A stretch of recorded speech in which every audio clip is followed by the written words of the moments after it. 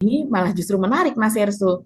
Dan tentu saja memang ini ada urusannya bisnis dengan pemerintahan Cina, dan itu Indonesia saat ini memang masih sangat tergantung soal itu kan gitu, soal investasi Cina dan sebagainya bagus dan apa besar, apalagi itu rupanya ini kan ini proyek multi year gitu yang dimulai dari eranya Pak SBY, kemudian diresmikan eranya Jokowi dan berlanjut sampai sekarang kan gitu ya. Sebenarnya itu memberikan pesan aja bahwa kita akan tetap jaga kok investasi Cina selama investasi Cina itu benar di Indonesia, melakukan benar. Tapi kalau kalau nggak benar ya dia melanggar ada ketentuan-ketentuan Indonesia, ya dia akan ditindak, salah satunya misalnya dengan dicabut statusnya itu gitu loh. Ya, tapi sebenarnya nggak ada hubungannya sama sekali ya, karena eh, soal Pak Safri Samsudin, dia membuka soal bandara gelap tersebut pasti atas persetujuan Pak Oh, Prabowo.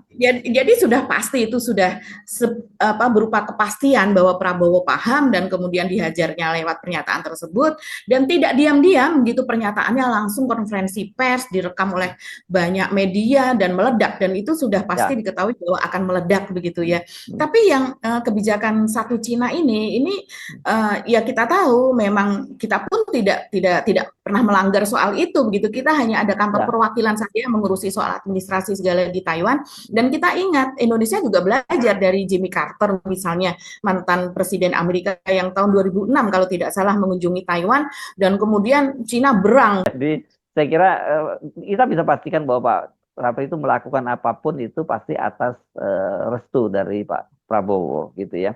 Makanya saya tadi Ya, menanyakan soal kapan sih itu video itu diunggah, karena kelihatan sekali kan suaranya dikeraskan dan kemudian wartawan ya. atau orang yang hadir itu bisa menangkap suaranya kan gitu. Itu kan Mhm. juga Pak Sapri ingin menyampaikan pesan kepada publik dan juga pesan kepada pemerintah Cina bahwa ini loh ada kebijakan semacam ini dari kami.